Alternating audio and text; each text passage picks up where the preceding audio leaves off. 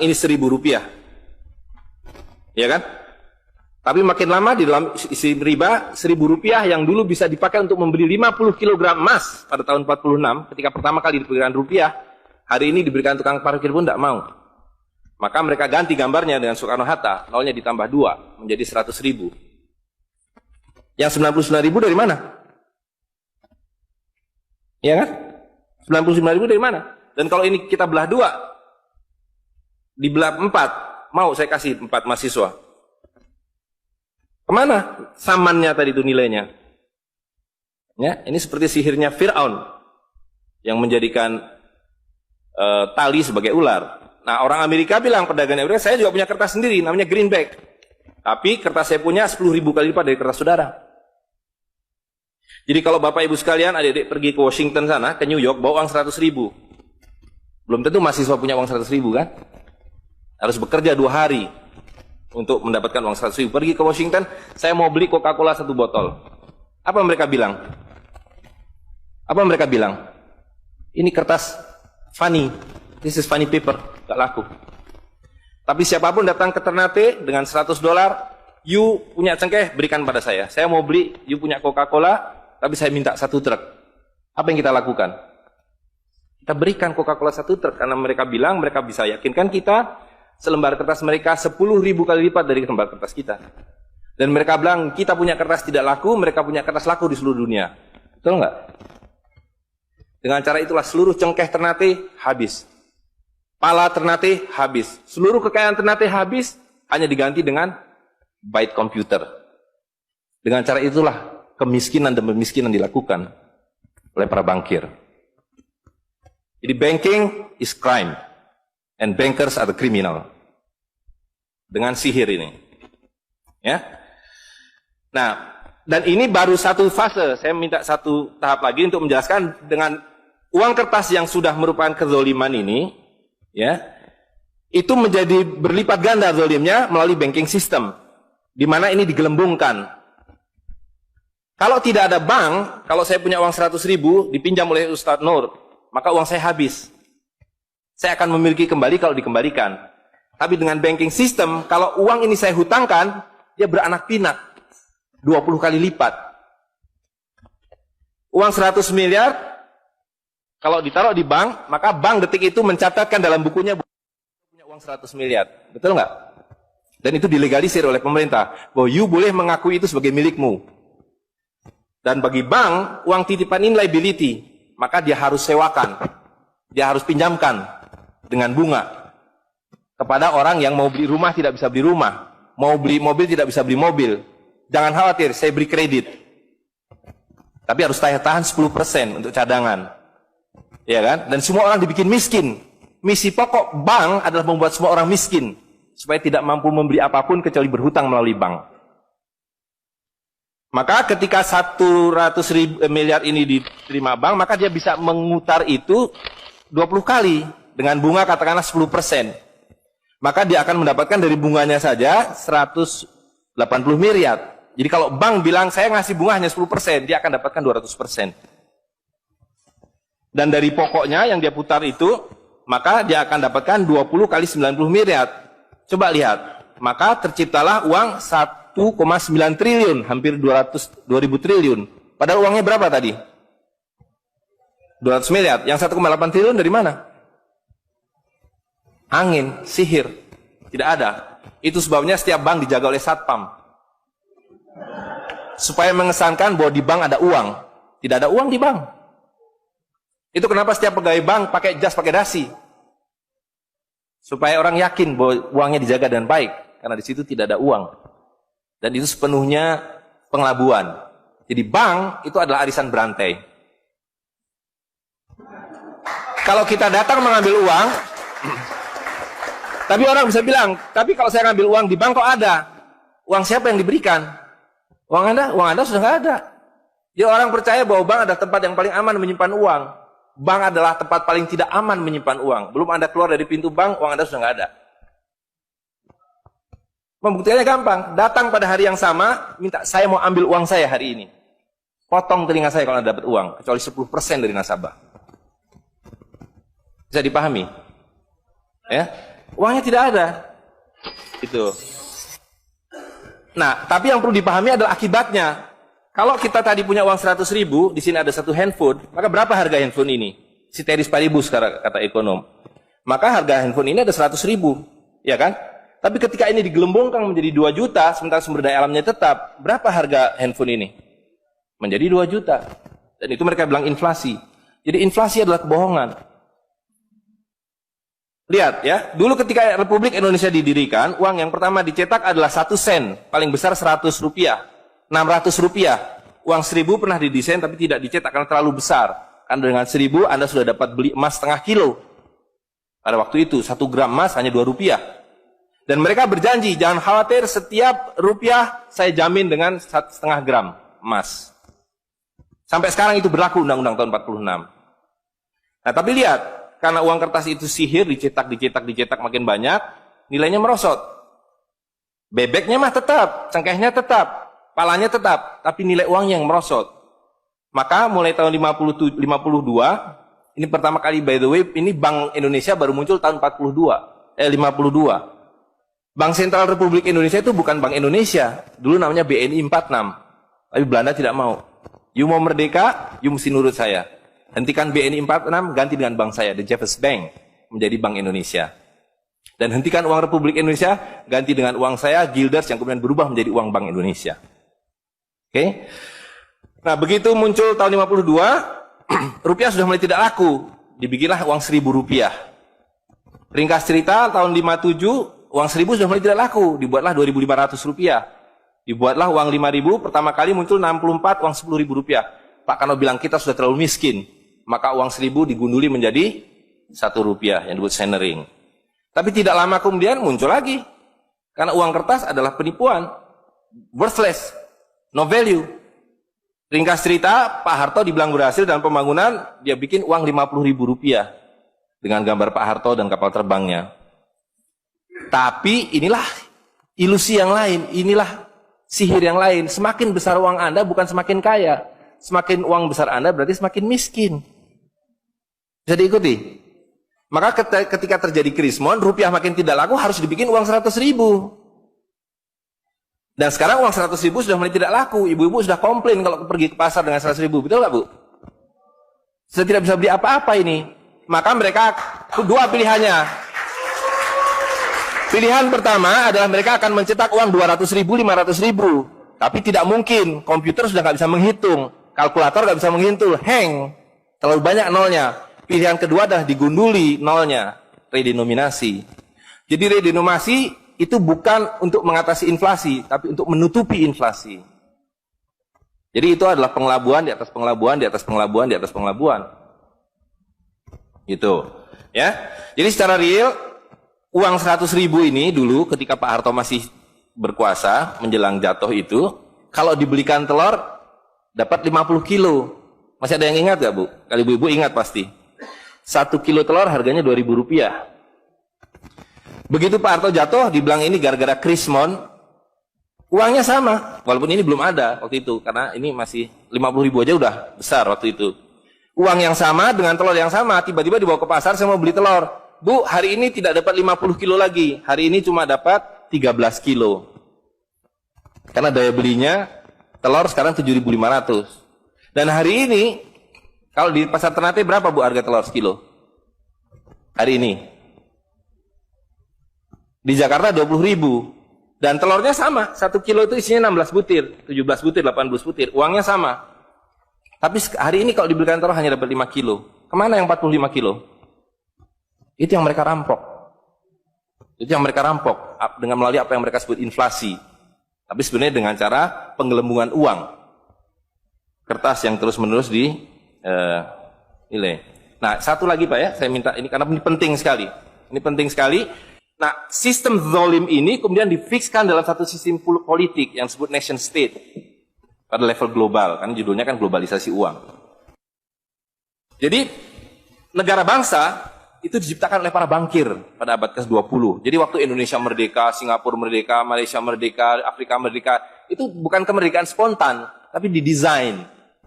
Didesain karena kalau dulu mereka mau merampas cengkeh orang Ternate, mau merampas kepala orang Ternate, dia harus bawa serdadu ke sini, Dia harus ambil cengkeh dan palanya. Repot kan? Maka dengan menciptakan uang kertas, mereka tetap bisa mengambil cengkeh orang Ternate, mengambil pala orang Ternate tanpa harus kirim serdadu di sini. Dan karena itu saya kasih merdeka. Tapi satu mesti bikin bank sentral, kedua pakai uang kertas. Supaya saya tetap bisa membeli 1 barel minyak Anda dengan harga 4 sen dolar. Karena mencetak uang ini biayanya hanya 4 sen, 500 rupiah. Ya, jadi berapapun harta yang kita punya bisa dibeli dengan cara itu. Nah, lalu tadi saya sudah ceritakan uang kertas itu dimunculkan bersamaan dengan konsep negara nasional plus hutang negara. Boleh merdeka tapi miskin. Rakyat penyakitan, rakyatmu bodoh. Tapi jangan khawatir, saya punya uang. Sekolahkan rakyatmu, bikin pembangunan, saya kasih utang. Ya kan? Nah, jadi tugas pemerintah itu, republik, adalah satu, mengambil hutang dari bank, menghabiskan utang itu, melalui apa yang disebut APBN, lalu dulu mereka tanya, jadi bagaimana saya membuat APBN? Jangan khawatir, sekolahkan anak-anak pintar kamu ke Berkeley, ke Chicago, ke Harvard. Mereka dididik untuk membuat pembangunan. Lalu dikasih paket hutang, dan diajari, kalau nggak bisa, kirim konsultan seperti John Perkins dan sejenisnya. Lalu ada satu pertanyaan, bagaimana kami membayar hutang kami kalau begitu? Mereka bilang, punya 200 juta rakyat, pajaki rakyat kalian. Pajaki rakyat kalian. Kalian punya pala, punya cengkeh, habisi hutang kalian. Karena membayar hutang, kalau kita hutang 5 miliar dolar setiap tahun, apa mereka kasih berkoper-koper dolar? Apa yang mereka kasih ke kita? Mereka hanya mengetik di komputer 5 miliar dolar, ting, masuk ke Bank Indonesia. Nanti Bank Indonesia tinggal kirim ting ke Bappenas, Bappenas ting ke departemen-departemen itu. Tapi ketika kita mau membayar hutang mereka, bisa kita mengetik di komputer 5 miliar dolar, ting, dibiarkan ke Bank Dunia? Nggak bisa, mesti punya devisa. Dari mana kami punya devisa? Mesti beli dolar kami. Caranya tebang hutang kalian. Habisi boksit kalian, habisi mineral kalian, betul nggak? Nah, jadi itulah yang terjadi di dalam sistem Fir'aun sekarang ini, bahwa pemerintah itu didesain hanya untuk mengambil hutang dari bank, menghabiskan melalui APBN dan proyek, kemudian memajaki rakyat. Karena itu pajak semakin hari semakin tinggi, semakin banyak, semakin tinggi, semakin banyak, gitu. Nah, jadi kalau digambarkan seperti ini, ya kan? Wilayah domestik nasional itu adalah demokrasi, supaya kalau 5 tahun harus ganti. Kalau ada presiden, ada perdana menteri yang tidak nurut pada para bankir, out. Tapi para bankir tidak pernah berganti, mereka turun-temurun, perusahaan swasta, anak beranak pinak. Ini kira-kira hanya 400 keluarga di dunia ini yang menguasai seluruh sistem keuangan dan politik. Jadi kita ini sekarang utangnya tiba-tiba sudah 2.100 triliun. Padahal tahun waktu Pak Harto jatuh itu utangnya hanya berapa? 50 miliar dolar. 500 triliun. Sekarang sudah 2.000 triliun. Dan begitu kurs dolar berubah, utang kita nambah. Gitu. Dan BI tidak pernah memenuhi janjinya. Karena tugas pokok BI adalah menjaga stabilitas kurs. Tidak pernah bisa. Dan tidak akan pernah bisa apapun yang dilakukan karena memang tidak ada nilainya, gitu. Nah, jadi sebagai penutup, maka apa yang harus kita lakukan adalah membalik seperti yang mereka dulu lakukan. Yang mereka dulu lakukan adalah mengambil emas dan perak dari orang tua kita, mereka lebur menjadi batangan, dia simpan di berangkas, dan kepada kita dikasih toilet paper ini, kata Mahathir Muhammad. Maka yang harus kita lakukan sekarang sebelum ini jadi apa? Oncom. Lebih berharga oncom. Tukarkanlah menjadi emas dan perak, menjadi dinar dan dirham, dan kemudian gunakan untuk muamalah. Karena Nabi sudah mengatakan akan datang satu zaman di mana semua yang kamu miliki tidak ada harganya, kehabisan nilai, kecuali dinar dan dirham, kecuali emas dan perak. Jadi kalau dilihat, dolar dalam dinar atau dinar dalam dolar dalam 10 tahun terakhir, 2004 itu cuma 54 dolar, hari ini sudah di atas 250 dolar. Dan lihat, menipunya uang kertas ya. Kalau kita pakai untuk menyimpan naik haji, kalau Anda menabung dolar, maka tiap tahun naik. Saya sudah hitung ini, dan ini valid sekali. Naik setiap tahun itu 3,5%. Kalau Anda menyimpan rupiah, setiap tahun naik 5%, nggak nyampe-nyampe. Tapi kalau Anda menyimpan dinar, maka dia akan turun 8% setahun. Jadi tahun 2000 naik haji butuh uang 21 juta rupiah. Kalau dinar butuh 71 dinar.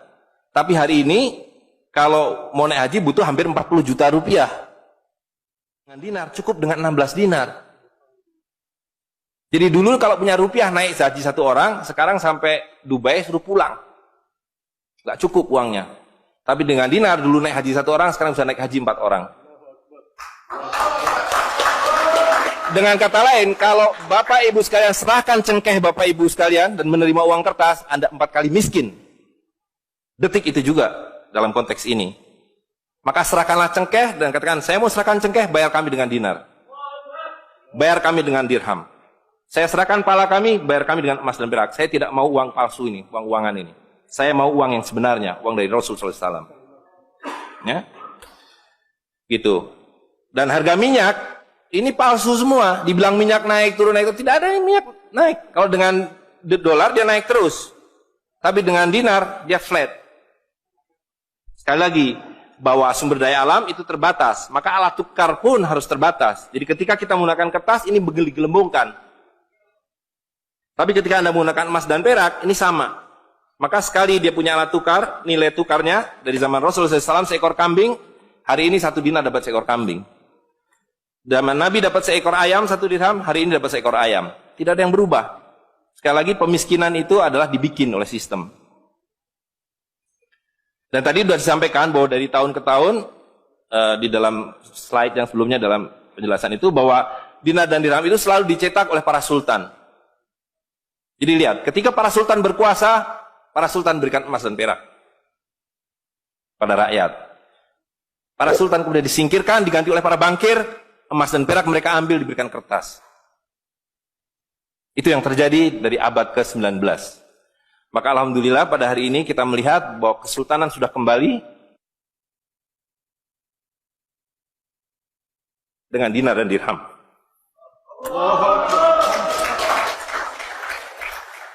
Dan ini adalah awal berakhirnya sistem riba. Ini adalah awal dari janji Allah SWT, yamhaqwahu riba wa yurbi sodakotan. Aku suburkan sedekah dan aku hancurkan riba. Kehancuran riba ditandai dengan seperti apa yang dikatakan Nabi, kehancuran mata uang kertas. Suka atau tidak suka, terima atau tidak terima, ini adalah awal kehancuran. Dan karena itu yang harus kita lakukan adalah supaya kita tidak ikut hancur di dalamnya, kita song-song kembalinya dinar dan dirham. Dan itu berarti kembalinya sultania. Dan Ternate adalah awal dari kembalinya dinar dan dirham dan sultania bersama dengan Kesultanan Cirebon, bersama dengan Kesultanan di Sulu. Jadi sekarang sudah ada 3 sultan yang mencetak kembali dinar dan dirham. Dan ini akan mengawali kembalinya dinar dan dirham di seluruh dunia. Jadi kalau pada abad 15, abad 16, abad 17 bangsa Ternate sudah sampai ke Madagaskar, sudah sampai ke negeri atas angin di Spanyol, maka pada abad 21 kembali Ternate sampai Spanyol. Ternate sudah kembali sampai Afrika Selatan, sudah sampai Eropa melalui dinar dan dirham yang berlaku di seluruh dunia.